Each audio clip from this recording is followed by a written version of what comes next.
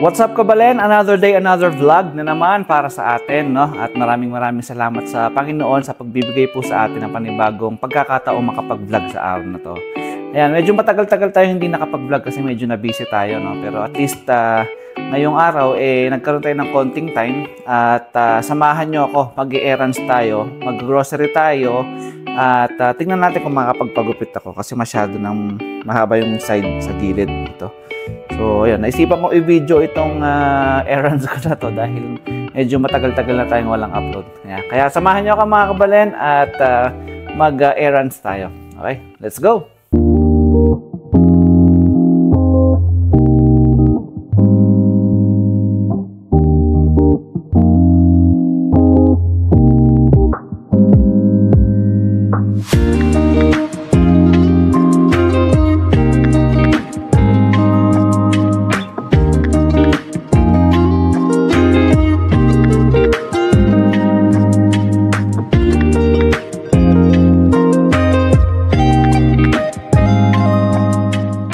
Okay mga kabalen, so magbabike lang tayo papunta doon sa superstore, no? And doon sa barbershop.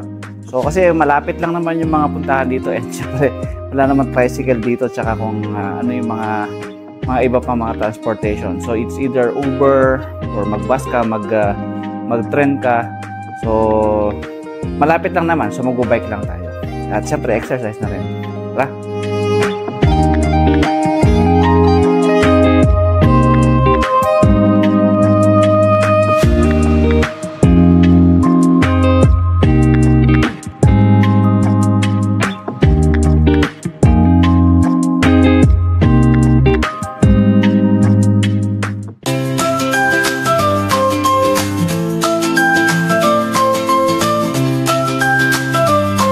Okay, so dito tayo dadaan, no? Maganda yung kasi yung mga bikingan dito eh. Talagang dadaan ka sa mga park eh. Hindi ka maiinip, hindi ka maiinitan masyado kasi maganda yung view. So tingnan niyo naman, no? Dito tayo dumaan. Tapos may karon talagang para mga bike lane dito. Ayan. So, ayan. Diba, napakaganda oh. Dito tayo dadaan. Grabe naman ang view na yan, oh. Bali sa baba nito, ilog yan, oh. Or ilog or sapa. Pero sobrang linis niya kasi may mga isda dyan, tsaka mga ducks na, tsaka mga swan na talagang lumalangoy dyan. So, kita nyo naman, oh, napakaganda ng bike lane. Oh, ito yung main highway, oh. Ayan, so safe na safe ang pagbabike dito kasi meron kayong sariling mga bike lane. Shared dito actually, shared na walkway at bike lane din. Talagang dito sa Alberta puro nature yung makikita mo. Ang gaganda ng mga parks, ang gaganda ng mga lakes. Kaya talagang may enjoy mo mag-walking dito at saka mag-biking. Alright, so nandito na tayo sa main road, no? Yung pinaka highway ng area. Uy, rabbit! Galing, oh. Balikan natin, guys. Magano lang ako. 1mm, yan. Rabbit, oh. Galing, oh. Oh, rabbit. Maraming mga rabbit dito, guys. Makikita mo, kalat-kalat lang dyan. Hindi, mga wild yan mga yan, hindi sila mga pet kaya kita mo mailap. Okay, so ito na, nasa main street na tayo or main highway. Uy, Mustang! Okay, so ito gusto ko pakita rin sa inyo. So dito, itong main highway na to, yan intersection niya, no? So pag tatawid ka dito, kailangan gamitin mo to, pindutin mo yan. Ayan, so magsisignal yan para magpalit yung ilaw dito. Yan, doon mo makikita kung pwede lang tumawid o hindi. Stop sign pa kasi dito, may ano, stop sign pa yon. So pagka nag-ano na yan, nag-symbol na siya na parang tao na naglalakad, pwede na tayong tumawid.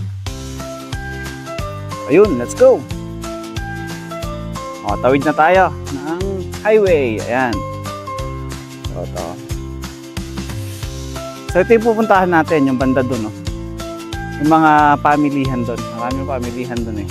Okay, so nakatawid na tayo at eto na. Ito na yung pinakamalapit na parang shopping center sa amin. Town center. Ayan. Tawag dito is Heritage Valley Town Center. Ayan.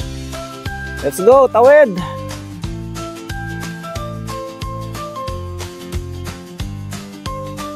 Okay. So ito pala, mayroon din palang shoppers dito. Pero more on ano dito eh.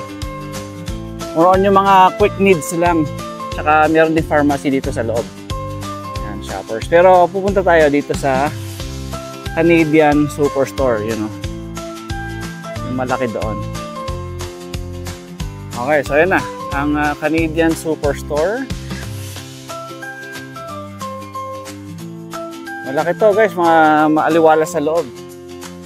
So, nakabike tayo. Sa loob na natin yung park. Yan. Real Canadian Superstore. Ayan. So, pasok na natin dito. Mag-bike tayo. Automatic door yan eh. Iyon, no? Dito na lang tayo mag-park. Okay. Okay, so ayan. Medyo magulo yung buhok natin. No? Galing kasi helmet. Okay, so ayan. Dito lang tayo nag-park. Dahil pwede naman. Medyo labas naman to ng ng mismong main entrance ng store. Ito yung pinaka main entrance ng store. So iwan na lang natin ito yung bike. Hindi naman mawawala yan dyan. So ayan, pasok na tayo. Let's go!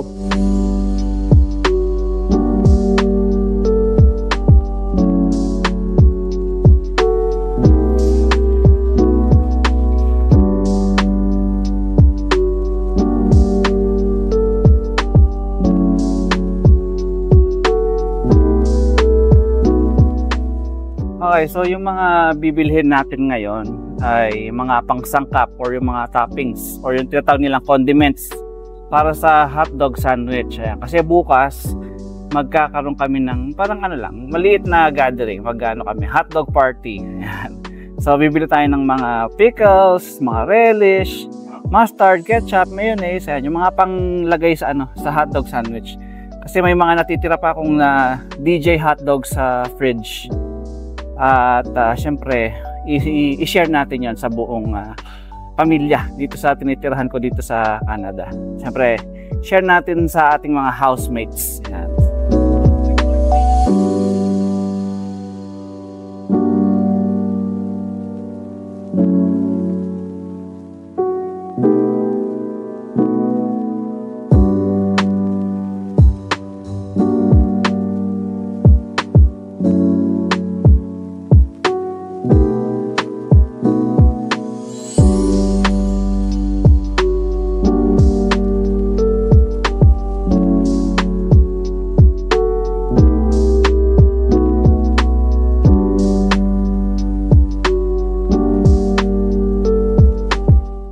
Okay, pila na tayo guys. Magbabayad na tayo. So ito yung mga pinamili natin. So dito tayo pupunta sa self-checkout. Ayun, medyo mahaba-haba lang ng konti yung pila.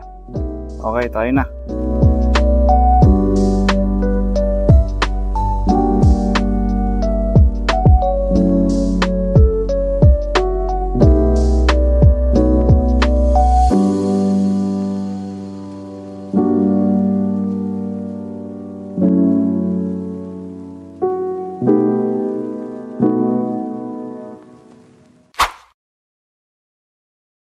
Okay, so tapos na tayo mga grocery, no?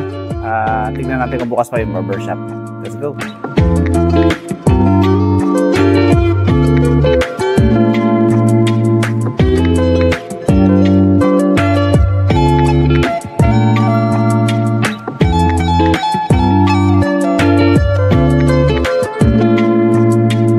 Ayan mga kabale, nasaraduhan na tayo, no? Kasi ano na 6 PM na. So 6 PM na actually. Ayan, 6 PM. At alam mo naman dito sa Canada kahit gabi na maliwanag pa rin. So hanggang 6 PM lang pala sila. So try again tomorrow tayo. Okay, Mr. Barbers, let's go!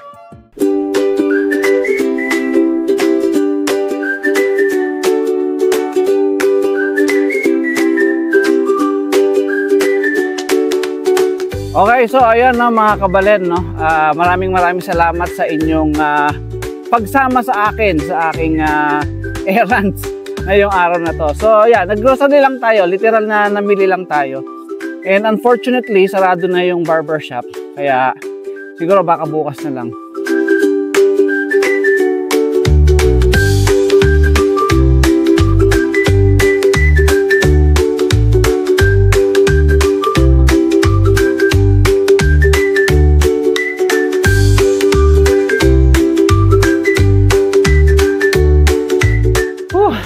Pagod. Medyo malayo-layo rin kasi pero okay naman. At least exercise, no? Okay, so yun, salamat sa pagsama nyo sa akin sa aking pag-grocery ngayong araw. Unfortunately, sarado yung yung barbershop, so hindi tayo nakapagpagupit. So maybe tomorrow na lang siguro. At ayun, at least nakompleto natin yung mga kailangan natin bilhin. At ready na tayo for the hotdog party tomorrow. Ayan. So maraming salamat po sa inyong pagsubaybay from the beginning to end. At salamat din sa inyong sa inyong patuloy na pagsuporta sa akin. Okay. So maraming salamat po. Once again, this is MJ Mendoza and you're watching Kabalen in Canada. Bye!